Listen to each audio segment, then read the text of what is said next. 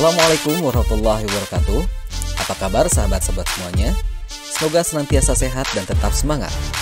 Berjumpa kembali dengan saya Hendra Suryadiningrat, calon guru penggerak angkatan 11 dari SDN 2 Karyajaya, Kecamatan Bayongbong, Kabupaten Garut. Sahabat, video kali ini adalah membahas koneksi antar materi modul 2.1 pembelajaran berdiferensiasi. Apa yang dimaksud dengan pembelajaran diferensiasi? Pembelajaran diferensiasi adalah usaha guru dalam menyesuaikan proses pembelajaran di kelas untuk memenuhi kebutuhan belajar individu murid. Artinya, pembelajaran berdiferensiasi adalah pembelajaran untuk mendukung semua murid di kelas kita. Jadi, maksudnya apa ya? Sahabat-sahabat guru, tentu ingat bahwa setiap anak adalah unik. Mereka punya kelebihan dan kekurangannya masing-masing.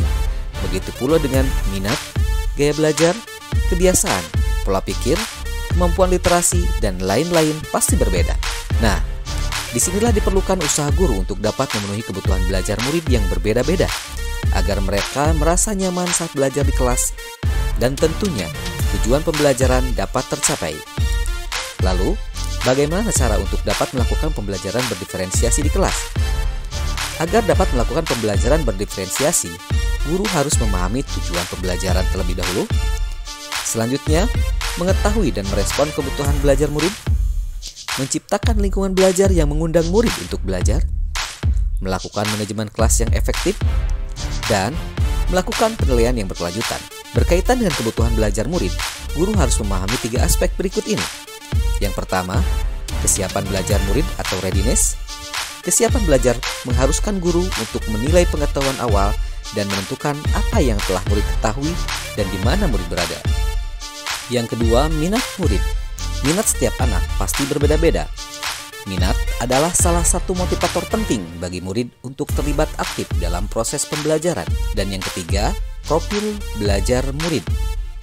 Profil belajar murid berkaitan dengan lingkungan, budaya, gaya belajar, dan kecerdasan majemuk yang berbeda-beda antara satu anak dengan yang lainnya.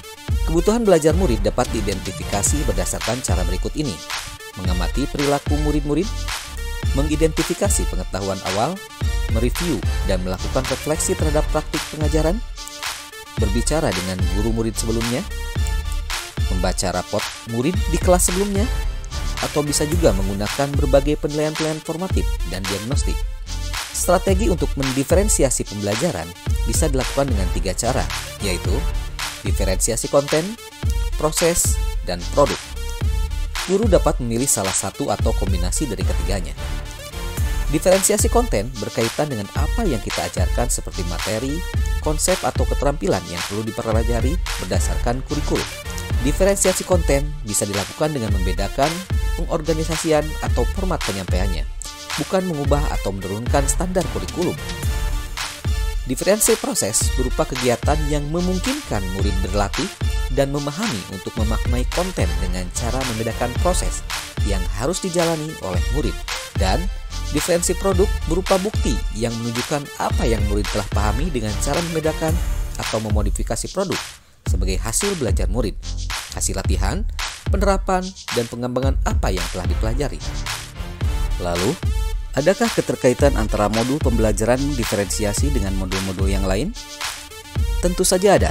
Untuk dapat melakukan pembelajaran diferensiasi, maka guru harus berusaha memenuhi kebutuhan belajar anak sesuai dengan kodrat alam dan juga kodrat zaman, berdasarkan filosofi Ki Hajar Dewantara.